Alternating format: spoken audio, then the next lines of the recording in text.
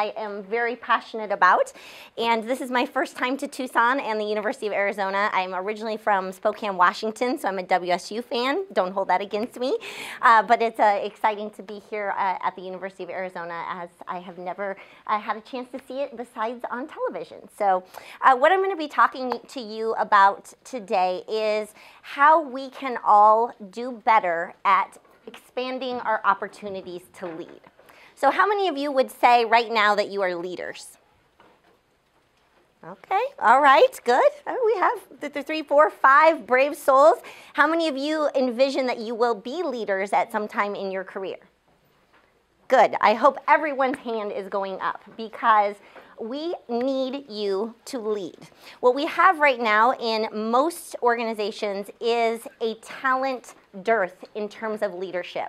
What we have is unprecedented numbers of baby boomers who are taking 30, 40, sometimes 50, 60 years of experience and retiring and leaving vacuums of knowledge for our organizations at the same time that we are under increasing competition both locally and internationally. So there's a huge gap in leadership talent, and there's a huge dearth in the pipeline. And so what I want to talk a little bit about today is how we expand your opportunities to lead. And I'm assuming, I have a number of assumptions in my talks, I'm assuming that all of you have the ability to lead. Leadership is not something we know from hundreds of years of study. It's not something that you're just born with. Although in the 21st century, we still see vestiges of those models, meaning that even if you're a Republican, you probably aren't going to argue that George W. Bush had the best leadership talent in the United States of America when he was elected president. Being born into the Bush family, even in the 21st century, had a huge impact on his pathway to leadership. So what I'm trying to make a case for is that we need to stop using models from 16th, 17th, 18th, and 19th centuries to choose 21st century leaders. We need to move beyond where you were born, what name you have, or what you look like, and associating that with leadership talent. So that's the case that I want to make for you today. So I'm going to start with a couple of quotes. One is from 1940, Eleanor Roosevelt, who is one of my favorite early female leaders, who says, in government, in leadership, in business, and in the professions, there may be a day when women will be looked upon as persons. We are, however, far from that day. She said that in 1940. Eleanor Roosevelt is a great example of a leader who, after losing her parents and a brother, all in a very short period of time, marrying into an elite family, the Roosevelts, and then finding out that her husband was cheating on her and wanted to leave her, decided that rather than giving up her post and her position, that she was going to use that opportunity and that context to change the role of the First Lady in this country and to make humanitarianism and racial equality an important component of the White House. So I picked these leaders purposefully because they are leaders that weren't born into an ability to lead. They found a context, they found a motivation, and they developed an ability to lead that helped them make their mark. Margaret Atwood is a more recent example where she says we still think of a powerful man as a born leader and a powerful woman as an anomaly. And I'm going to talk a lot about this, these gender stereotypes when we come to thinking about what leadership is and what makes an effective leader. And then I have a recent quote from Michael Jordan, which sort of frames the talk. Obstacles don't have to stop you. If you run into a wall, don't turn around and give up. Figure out how to climb it, go through it, or work around it. And what I like about Michael Jordan is when he talks about his leadership, he talks about the 60,000 basketball shots that he misses and the fact that he is a successful leader because he has failed so many times. And I think that that's a message that we cannot underemphasize as we try to move into leadership positions. So I want to talk a little bit about metaphors for women and underrepresented minorities getting into leadership positions, because my goal is to expand pathways so that everyone can have the opportunity to lead up and beyond their ability. In the post-World War II era, women and underrepresented minorities started entering the workforce in large numbers due to the fact that there were positions available and not enough men to fill them. So we see in the 40s and 50s this metaphor of women finally crashing through what we called the concrete barrier. That before that point in time, there literally were no women in the workforce, and there were definitely no women leaders. So our early metaphor was that of a concrete barrier, that there just weren't any women that had made it to the top. That metaphor was contrasted with what was for men was called the glass escalator, that you could just get on it and you spent your time and you rode it on up to the top. And so there were very different metaphors for how people got into leadership positions in those early days. In 1984, the Wall Street Journal published a headline called "Breaking the Glass Ceiling," and they talked about the fact that women seemed to be, up until the 1980s, getting to middle to upper middle levels of leadership in organizations, but they weren't getting to the top. And so there was a glass ceiling there, and we really needed to address that. So that metaphor was introduced in the 80s, and lo and behold, we have now up until about 1992, which was characterized as the year of the woman, when a number of women U.S. senators broke into the U.S. Senate. We also saw the rise of women corporate leaders. We saw Meg Whitman and Carly Fiorina, and we saw all of these powerful leaders taking control of some of the largest organizations. And so the rhetoric at that time became, we've broken the glass ceiling. Everyone can lead now. It doesn't matter what you look like. It doesn't matter what your gender is. It doesn't look like doesn't matter what family you came from.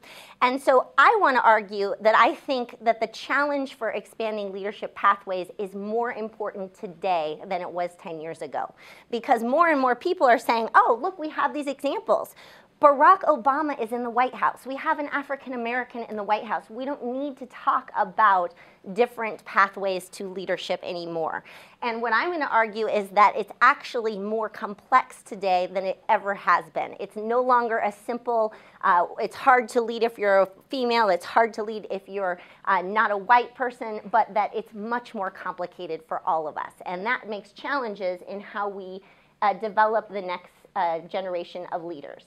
And I'm drawing very extensively on this book, which if you're interested, I would highly recommend, called Through the Labyrinth. And this is the new metaphor for how we become leaders. We all have to negotiate a complex path. Some of the aspects I'm going to talk about are going to be more or less relevant to you. When I talk about the relationship between height and leadership, I obviously need to pay attention because I'm short, and I know that as all else being equal, people will underrate my leadership abilities simply because I'm small. When we talk about women, I need to pay attention because I know the leadership prototype has more overlap with men than with the prototype of women. So there's going to be different aspects of this pathway that is going to relate differently to each and every one of you, depending on where you come from, what your experiences are, and where you would like to go. So my goal is to give you some tactics for how to negotiate this ever complex labyrinth. And the negotiation stuff comes from this book, which I highly recommend. I think it has literally helped many people that I have shared it with, and it's called Ask For It. And I'm going to be talking near the end of the talk about some of these negotiation tactics that come specifically from this book, which is Babcock and Lashifer. So I'm going to talk about some of their research as well. If at any point you have questions or comments, please feel free to raise your hand. I'm totally open to interaction, so please feel free to jump in. So I argued that the labyrinth should be our new metaphor. And the labyrinth is basically this idea that yes, we have broken the glass ceiling. Yes, we have women and underrepresented minorities in leadership positions. But that doesn't necessarily mean that leadership access is equal for everyone. And so the path may be less direct for you depending on your background and experiences, and that you need to pay attention to some additional challenges and barriers depending on your individual case. So I want to give you some statistics that is going to help make this case that the question of who leads is not as simple as it may have been historically. So we now have 57% of bachelor's degrees in the US earned by women. So people look at that and they go, wow, we have gender equity in the workplace, we have gender equity in higher education. The problem is, as you all know, if you look at the STEM degrees, particularly in advanced degrees such as masters and doctorates, you see huge gender disparities remaining. And if you look at higher education, so if you look at masters and doctorates in education, you see women overwhelmingly outnumbering men. So the problem with these trends is that they have nothing to do with whether or not men or women are better at STEM or education, and more to do with how our society and these factors that I'm going to talk about tend to, over time, shape more women going into education and more men going into STEM. And if we want to open up those fields to the people that have the most abilities and talents, we need to make those equal access. We now have 46% of the labor force, and in fact, Time Magazine recently declared that actually that number is now tipped to 51% of the labor force in the US, depending on what statistics that you use, being made up by women. 64% of educational administrators are women. So if we talk about pathways to leadership in principals, in higher education, we see perhaps even some discrimination or problems with men making that pathway consistently and easily. But if we look at Congress, which is obviously one of the most powerful leadership roles in US context, 16% of those seats are held by women. And if we look at Fortune 500 companies, so these are the largest 500 companies in the US, we see a pretty depressing picture. 3.6% of the Fortune 500 CEOs are women, and only 1% of those are African American. So you see a huge drop-off as we look up the hierarchy across almost every for-profit institution in those numbers. And if we look at intersections, so if we look at the number of women African American CEOs, we have 1. So why is this a problem? Well, if you look at this statistic, 23% of CEOs are female across all organizations. What you note is there's an extremely high correlation between the amount of equity a firm has and whether or not the CEO is male or female. So women are overwhelmingly leading small nonprofits with assets of less than $2 million. So again, it's problematic in that we don't have equal access to those positions. Some organizations now are sort of emphasizing the role of board seats and the fact that as shareholders, we get a vote in who is on the board often in publicly owned companies. So it is important to note that still in the Fortune 500 board, we still have 85% of men making these decisions. And again, one of the issues with that is those are the types of individuals that are making decisions about who is going to take over as board chair, who's going to take over as CEO, whether or not Carly Fiorina should be fired, or whether or not Meg Whitman is doing a good job. So some interesting disparities there. If you have spare time on your hands, the video clip of Ursula Burns, who is the one African-American CEO in the US of Xerox at makers.com, is excellent. She talks about her leadership journey, and she talks about just sort of the hoopla that was involved when she took over that post from a woman. So it was the first handoff of a female CEO to a female CEO in the history of American business. And this just happened in, I think, 2008 or 2009, so relatively recently. Internationally, really quickly, how are we stacking up? Sweden leads the world in gender equity. So they have 47% of their parliamentary seats are held by women. Spain has 31%, Switzerland 25%. And it's worth noting that some of these countries, such as India, such as Spain, have gotten to these numbers because they're using quota systems. So they are saying naturally women are not being elevated into these positions. So what we've had to do is to change the systemic structure in order to increase that representation. So why? Why is there continued underrepresentation of women and minorities in the elite leadership positions? So this is what I want to look at, because I want you to be aware of these factors as you start to think about your own careers and you start to think about your own promotions and movement into leadership positions. Well, one is that men dominated via size in the process of evolution. So historically, going back tens of thousands of years ago, if you were bigger, you were probably going to be more likely to win battles and garner food. So we have an evolutionary argument that if you're bigger and stronger, people are going to be more likely to follow you. The problem is that in most decisions in corporate or nonprofit or science organizations today, how big you are has absolutely nothing to do with your leadership or your decision making or your experience. But somewhere in our primeval brains, we still think there's an association. And I have a whole nother talk, which is based on some of the research that a colleague in the UK does, where he can predict the outcomes of political elections simply by showing you the photos of the two candidates. So if I show you photos, you're more likely to pick the typology of a leader. And the typology of a leader tends to be male, it tends to be open face, and it tends to be relatively large, and it tends to be what we would consider good looking. So we're still choosing, in some cases, our leaders depending on how tall, strong, and good looking they are. So if you're not tall, strong, or good looking, you're in trouble, like me. Yes, go ahead. And do they see that within gender too? For example, taller guys get further ahead than... Exactly. So all U.S. presidents have been above average height. In U.S.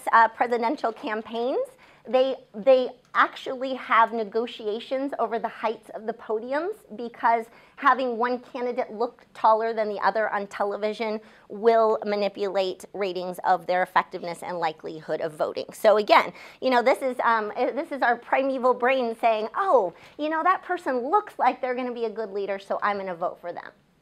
So that has not been supported by research.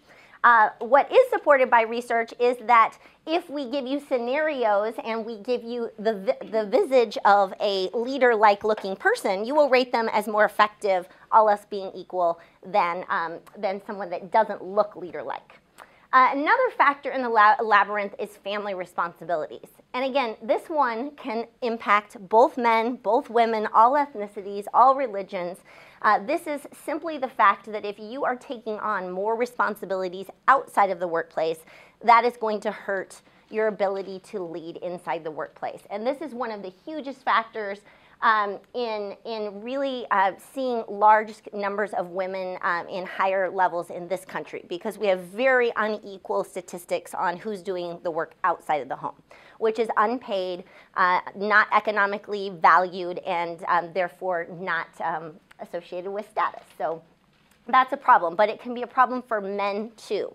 I just went to a really interesting, let's see, this was, I want to say it was like 2 weeks ago. I went to a really interesting talk by a professor that is at Tulane, and she is studying firefighters. And one of the biggest things that she found with firefighters was their struggle with work-home conflict. That this has traditionally been considered a female topic, that women have to worry about this, but she found high levels of stress and physical and safety outcomes associated with that tension and demands for firefighters as well. So this is not necessarily linked to just women or just men. Then we have a big one that I'm going to spend a lot of time on because we have a lot of research on this, and that is the discriminatory factors. So when we think manager, we think male. And we have lots of evidence to suggest that when all else is equal, role of manager is a male role. And when women engage in that role, they particularly encounter some kinds of discrimination and prejudice. So I'm going to talk a little bit about that. And then I'm also going to talk a little bit about the double bind, which affects both men and women. And that is that there are stereotypes that men are agentic and assertive. So if you're a man and you're not assertive, you could potentially suffer in ratings of your leadership style because you're not fulfilling that prototype. If you're a woman and you're assertive, you will suffer even a little bit more, and that's what we call the backlash effect. That woman is considered bitchy, she's considered domineering, she's called the iron skirt, the Margaret Thatcher, she's disliked as in the Hillary Clinton effect. And we also call this the competent but cold effect, meaning that we have a lot of evidence that women who are perceived as more competent are less liked, whereas men who are perceived as more competent tend to be more liked. So those two factors are differently rated for men versus women. One of the reasons that women don't get promoted is because the organizational culture of success in most organizations is more consistent with a person that has someone at home that's doing all of the work. So this could be a man or a woman, it could be a partner, it could be family, but if you are trying to do the work in the workplace and at home, your career is likely to suffer. In most organizations, if you can move, you can travel anywhere the organization needs you to be, you can work long hours, you can stay in the office, you can answer emails at 3 a.m., you're going to be more likely to be promoted than someone who can. And the problem is that most of the time, women tend to be less able to do these things. So they make choices like, well, I can't take that promotion because I'd have to move my kids. Men make those choices too. So it's not necessarily, again, that's why it's more complex now, because it used to be, oh, women did this and men did that. Now, you know, we see just as much discrimination, men reporting being stay-at-home dads. So the mommy clubs don't want to talk to them. Their coworkers don't understand why they're staying home. So it's become a lot more complex. But the reality is still that in this sort of masculinized culture, being competitive, working hard, doing whatever it takes to get ahead is more often promoted. There's some interesting work by researcher Mandy O'Neill at Stanford, and she talks about the fact that the way that organizations promote is mostly a tournament. Right? So you start out with a large number of competitors at low levels, and that person gets promoted. And then there's another tournament in that. Well, what happens is that as you move up the hierarchy, pretty much everybody is competent. They're pretty good at their jobs because they've already won successive tournaments. So there become less and less factors that really differentiate the talent. So then people start to look at, well, who stays later? Who puts in the extra mile? And this may not be discriminatory at all. It may be, well, you know what? He deserves it or she deserves it because she put in the extra mile. So now we see those kinds of tensions working out between women who choose not to have children and women that do, because the women that choose not to have children can compete more effectively in this kind of culture. So in terms of the percentages, we don't really have that. What we have are, you look across large organizations like, take Walmart, for example. They had a huge class action gender discrimination lawsuit because the majority of low-level Walmart employees are women. The majority of managers are male. But the Supreme Court ruled that you can't just look at a system and say, well, that system was discriminatory. You have to prove that there were factors in place that led to that discrimination. And that's really difficult because I'm going to show you there's a lot more than just, just gender discrimination, which is what I'm going to talk about next. So I think another factor that you really have to look at is the organizational industry. So for example, in education, you would see less variance in women losing promotions because it tends to be more kid-friendly. So it's no surprise then that we see women moving into educational leadership faster than we see them moving into, let's say, Wall Street or investment banking, that kind of thing. Or what? Engineering. Or engineering, exactly, or engineering. That's a really good point. So, so all of you are subject to gender stereotyping, meaning that even if you violate gender stereotypes, you will often perceive some sort of backlash, whether or not this is a male being too feminine, a female being too male. We still have lots of good evidence that these stereotypes are consistent, and we continue to do studies where we ask people to rate the stereotypes of male leaders and female leaders, and we get a consistent list that, although it's changing a little bit, so we're starting to see these blur a little bit more, but they're still pretty consistent. So men are agentic, they're confident, they're assertive, they're competitive, they take charge, they don't ask for directions. You know, we have all kinds of jokes and stereotypes about this. Women are sensitive, they're warm, they're caring, they're helpful, they're nurturing, and they take care. And if you are a female and you don't take care, you're going to get backlash. If you're a man and you don't take charge, you're often likely to get backlash too. So this leads to a double bind. This is more of the research findings, which show that women need to act somewhat assertive to be perceived as effective leaders, but not too much. And that they also have to be perceived as slightly feminine and nurturing, or they will get a backlash effect. So that there's an added challenge for women in these stereotypes. I should add, however, that part of the reason that I have more data on women is simply because we've studied them much more extensively than we have underrepresented minorities.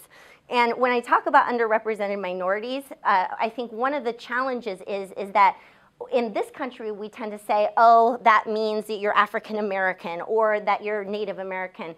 But what we're seeing now is really a multicultural blending. So you could be discriminated against as a leader simply because you're a white guy who was raised in Brazil and you're a Muslim. So, you know, it's not necessarily as simple as ethnicity or race. We're talking about the interaction of ethnicity, gender, religion, and socioeconomic status, which, thinking back to my George Bush example, is still huge. It still matters if you were born into a upper middle class family versus a lower status socioeconomic family, no matter what ethnicity you are. So I just wanted to make sure to comment on that.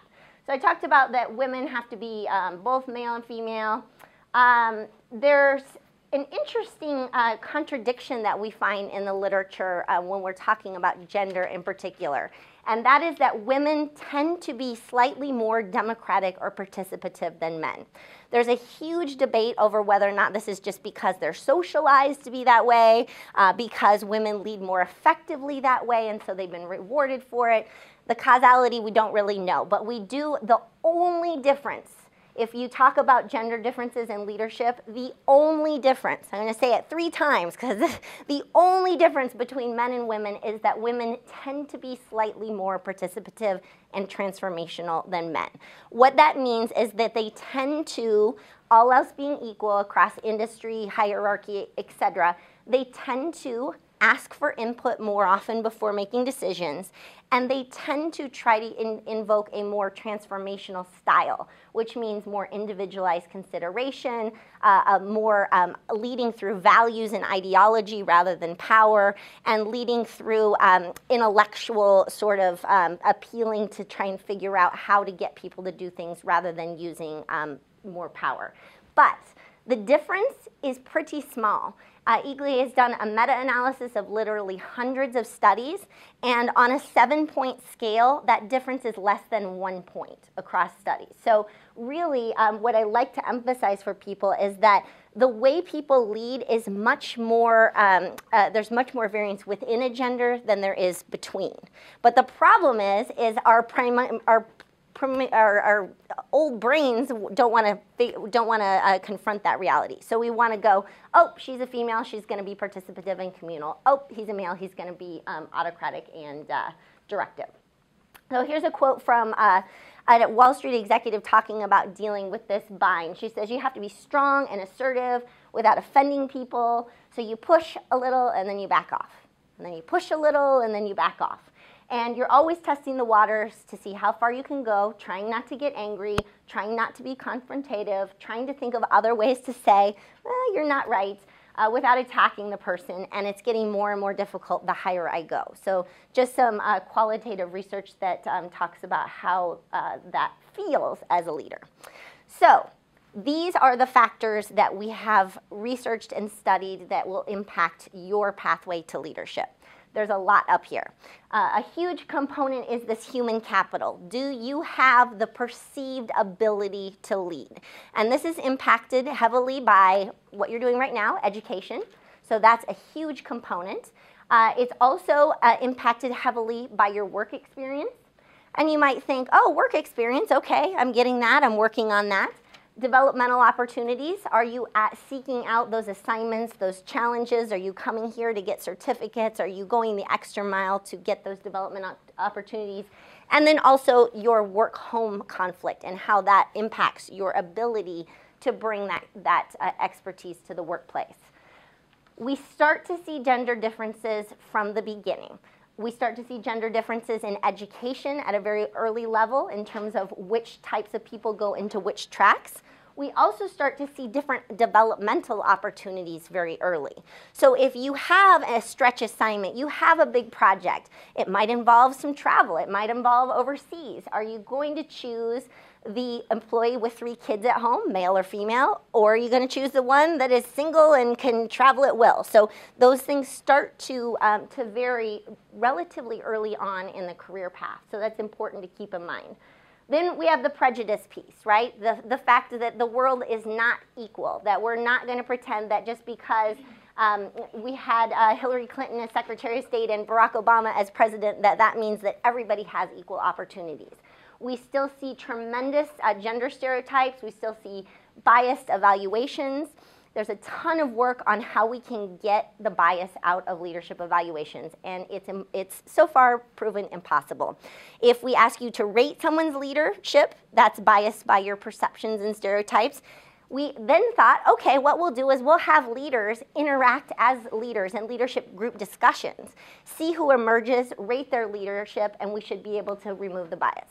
Nope, didn't work. We still see bias. The only way, Juilliard does it beautifully, but works for if you're playing the violin, they dealt with their biased selection process by simply putting a screen up. So you don't know who's playing that violin, and it dramatically impacted who got in. The problem is that it's really hard to do that in the workplace, right? We see who we're dealing with, and we're constantly interacting with those evaluations and perceptions. So, and then we have, I talked about the double bind and reactance. Reactance is a big one because we're all human and we like to take good care of our egos.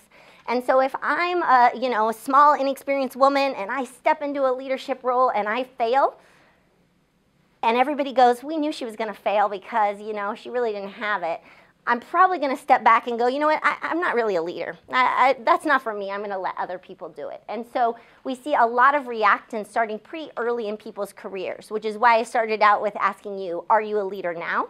Because my goal is that everybody says, yes, I lead. I lead my family. I lead my softball team. I lead my religious institution. I lead my team and my group projects. I lead at work, whatever it is.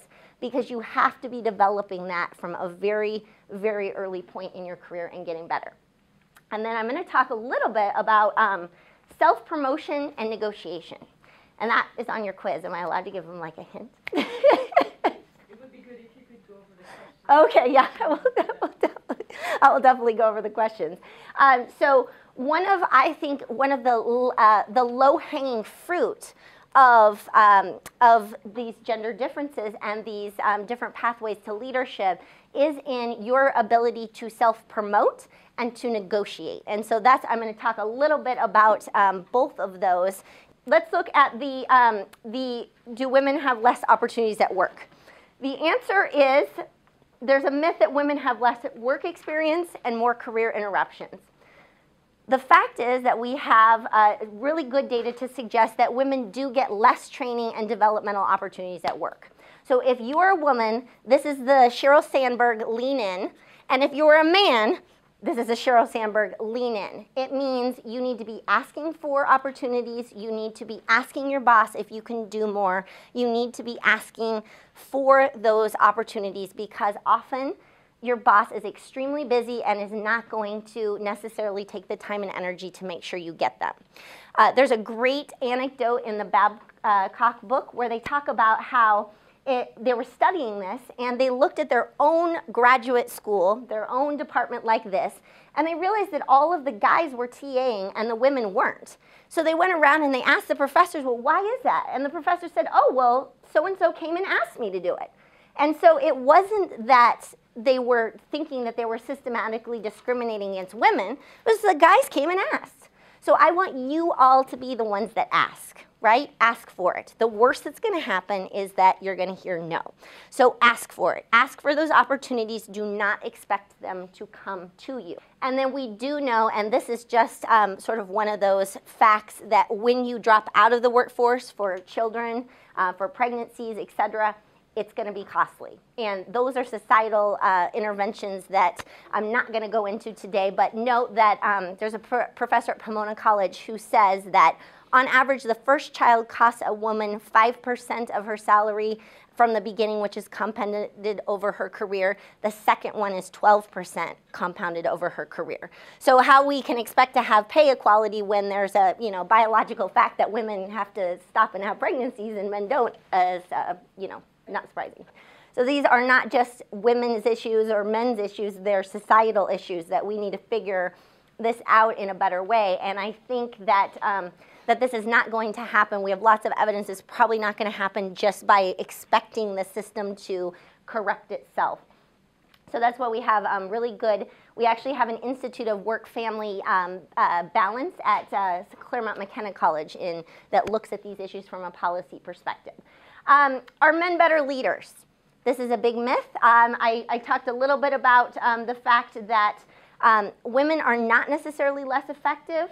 There's small sex differences in that participative and transformational style, but what is perhaps more important is that women are rated less favorably in terms of leadership effectiveness by male subordinates that they are directive with. So that is a challenge that women have to face that not necessarily others do, and that women in particular, but some men too, are less likely to self-promote and negotiate. And so that's what I want to spend my last time talking about. So in case I have not convinced you that we need more women and underrepresented minorities in leadership, these are the reasons why. Successful organizations are more diverse organizations. So, and I'm going to show you some data on that. It's implications for your organization's image. If you have an all-white, all-male leadership face, it is hard to sell or convey your product effectively or your service effectively to anyone except that audience. So that's important, and that being more participative and democratic is not necessarily a bad thing either. So the business case. Here you don't care about equal access to leadership. Here's the business case. Fortune 1000, more percentage of women in executive roles and on boards had better financial performance. There's been a number of studies throughout the 2000s that have shown that. If you have more women, and I would say this by definition is going to be extended to underrepresented minorities on boards, you have a better customer reputation in service industries. And there's another study in 2007 that found gender diversity was correlated with better financial outcomes in the Fortune 500. So what do we do about all this stuff? Well, it's not an easy answer. If it was, we would have equal pathways for all of us, and maybe we shouldn't even. But I think that one thing is looking at it at multiple levels. So at the individual level, at your own level, promoting your negotiation style and developing your leadership talent is a must. At the interpersonal level, also interacting with others, negotiating and developing those leadership styles is going to be a must. At the organizational level, which is where I spend a lot of my time and energy, we need to make some changes. And I'm going to talk briefly about that. And then at a societal level, we probably need policy changes. So I'm not going to talk about that. So organizational level solutions. Work-family balance for everyone. We're getting a lot of interventions in there. Career progression, developmental opportunities, opening up the old boys network. I'm going to go fast through that because I want to get to your individual solutions. Negotiation. When we ask men what their metaphors are for negotiation, the most common are sports analogies. So they say it's like chess, or it's like baseball, or it's like a basketball match, or it's like a football competition, it's like rugby. When we ask women what their metaphors for negotiation are, the most common one is going to the dentist, which is not, most people don't really like going to the dentist. So women, for whatever reason, are socialized, taught, whatever, that negotiation is not a fun thing. It's something you got to do, and it's probably going to be better for your long-term success, but you're really not going to enjoy it. I would like you to think about the fact that all of us can be better negotiators, and that everything in life is negotiable, or almost everything. There's always exceptions. When we ask women which situations in life are negotiable, women are 45% more likely to score low on that, so they don't perceive the pie of negotiation to be as broad. And that's low-hanging fruit. If we get everybody to understand, well, there's more things we can negotiate on, maybe we can start to rectify some of these inequities, and that score, a score of a less than or 10% lower translates into 30% less attempts to negotiate. So we're not going to achieve promotions. We're not going to get into, as Sheryl Sandberg calls it, the corner office by not asking for promotions and not asking for raises. Women ask for raises and promotions 85% less often than men do. That's ridiculous, ladies. That is ridiculous. We are not going to just, organizations don't work by just going, hey, you look like you're working really hard. I'm going to dump some more money on you. Oh, yeah, you too. Yeah, you look good. I'm going to pour some more money on you. That's not how the world works.